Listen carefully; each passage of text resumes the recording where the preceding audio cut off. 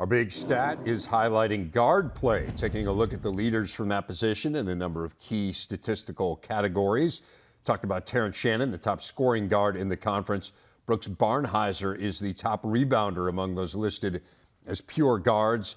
Elijah Hawkins doesn't just lead the Big Ten in assists, he leads the nation, while Ace Baldwin is 6th nationally in steals.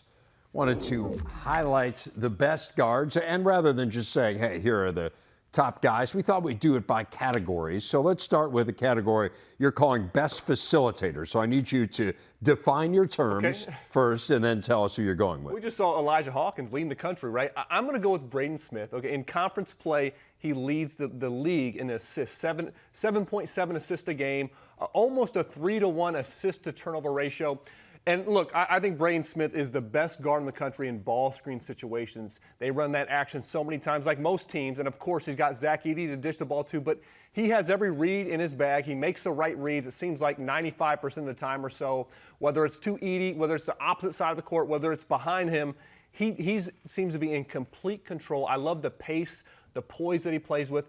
And what separates him, I think, is when he seems to get stuck. After he's picked up his dribble, he's got maybe the best pump fake in the conference and one of the best pivot foots in the conference, and he just has the patience to let the play develop before delivering that dime. And he's been great, 16 assists against Northwestern earlier this year, the best facilitator in our league. I'm blown away by what a great rebounder he is, too. Well, he does size. a lot, yes. I mean, he is all over the court. He is really a fantastic player, and he's one of those guys you look at recruiting rankings, unranked by rivals. Does not pass the eye test. No. He can play. No, he can really play. How about the best guards coming off the bench? Okay, I love this tandem from Nebraska.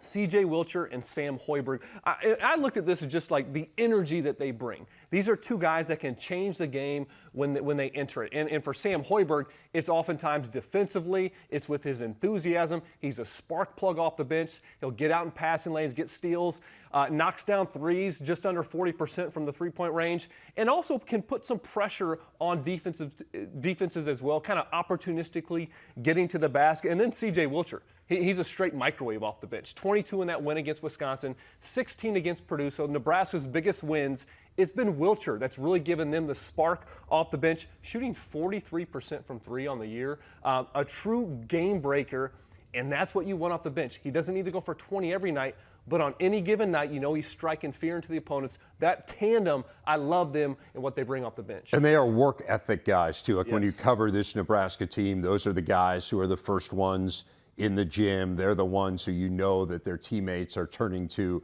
in big situations to kind of get them going. It's pretty interesting to watch that. I think those two are connected, right? Yes. Like, I don't think that's a coincidence that those are the kinds of guys who give you those sparks off the bench. All right, it's a late in game.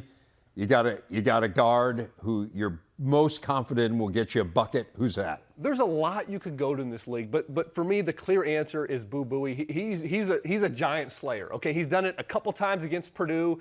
He did it against Illinois. He's done it against Indiana last season. Maryland this year, both offensively and defensively. He's a guy. You need a bucket. Get Boo Buie the ball. Get out of the way. He's probably going to get it to his right hand. Probably going to shoot a floater. But even if you know what's coming, he's done it time and time again. And there's a lot of guys that I'd feel good about if I'm a head coach giving the ball to. Maybe that's Tyson Walker, Jameer Young, heck, Terrence Shannon, Marcus. There's a lot of guys you go to. Yeah. But if I got one chance, I'm going to give the ball to Boo Buie. When you're talking like clutch situations Yes. in the league, him and Jameer Young, to me, are the two that really stand out. And Buie, on the verge of making history, 5 points away from becoming Northwestern's all-time leading scorer. They got a game Thursday against Michigan, and one would think he would pass John Scherna in that game and become number one all-time. All right, how about on the other end of the court, the best defender from a guard spot in the Big Ten? Well, this guy's just an absolute pest and one of the most intelligent players in the league. Ace Baldwin for Penn State. He had 8 steals against Northwestern. He's had 9 games of 4 or more steals, so he's a total disruptor.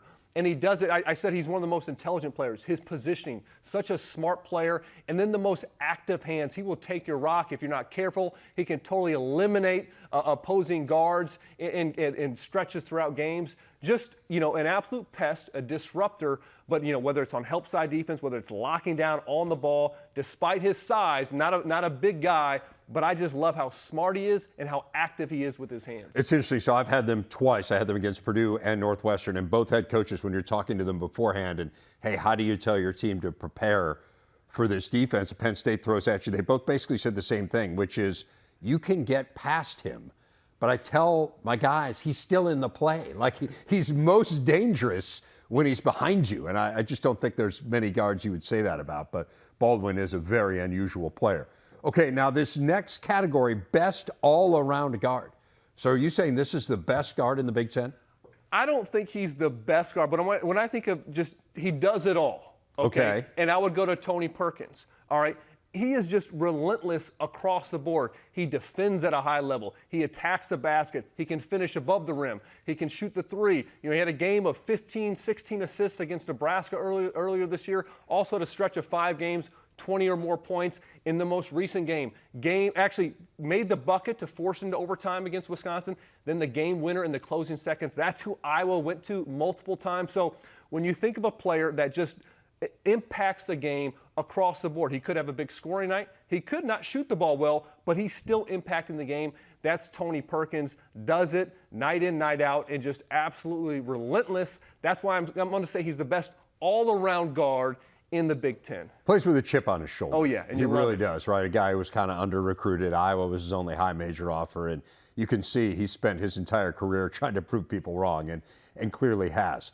What about the best backcourt in general in the Big Ten? So best tandem of guards. Best backcourt. Okay, this is the team coming into the season. The question, well, who is their point guard? And I look at the Illini. But Terrence Shannon Jr., Marcus Damask, that duo is the best backcourt in our league. Terrence Shannon, the 3rd leading scorer in conference play. Marcus Damask, the 5th leading scorer.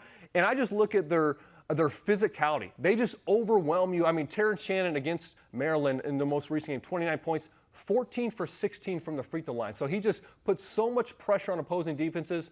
Marcus Damask, 19 points, 12 rebounds. How about that from your guards? One getting to the line 16 times, the other with 12 rebounds. And here's where they coexist really well. They're finding that flow is in the half court, it's Marcus Damask. He's a guy that Coach Underwood gets the ball to more, that they run their offense through. And in transition, there's nobody better than Terrence Shannon. I know he's, I think, 2nd in the nation in points in transition, but that doesn't account for all the free throws that he attempts. So those two together, in my eyes, the best backcourt in the Big Ten. I also think this new rule where to draw a charge, you have to be in position before the offensive player puts his foot down, that plant foot. I mean, it's hard enough with him, but I mean, to now have that extra split second, you have to be in front of him. It's almost impossible to draw a charge against him. So you would, right? It's interesting because there are a lot of 3-guard offenses in the Big Ten, right? So obviously Ty Rodgers is their starting point guard. Michigan State's got to be in that conversation as well. That's the other one, right? And here's what I really like about this league, and even thinking ahead to March, we didn't mention Michigan State. I didn't mention Jameer Young in one of these categories. So there's a lot of players. We saw Bruce Thornton being the best player on the court in that win over Purdue. So every team just about, I think their coach feels pretty good about that point guard and that guard play in general. Pretty interesting, too, when you think about this has been a big man's league here for the last few years. But you look at the elite players in the Big Ten this year, outside of Zach Edey, it does feel like the next group of guys on that list is guards. And again, that is unusual, not in college basketball, but it's unusual in the Big Ten here over the last few years.